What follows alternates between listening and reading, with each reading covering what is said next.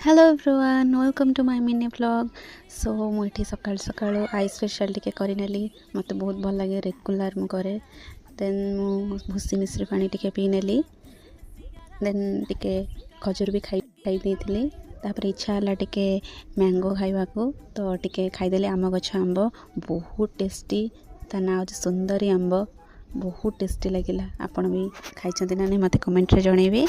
आंब बिल्कुल भी पसंद नुह हेले मु आम गछ आंब टी खाई। देन ब्रेकफास्ट रे मुझे सुजी चूड़ा भी टी खाई देती। देन मुझे लंच कर सारी टी आइसक्रीम खावा मन है गुड़िया सह मिसे आइसक्रीम मस्ती कलु।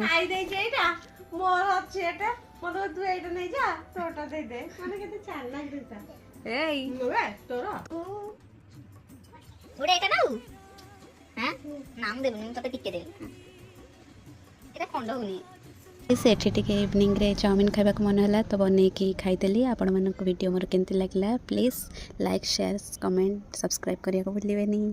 टाटा।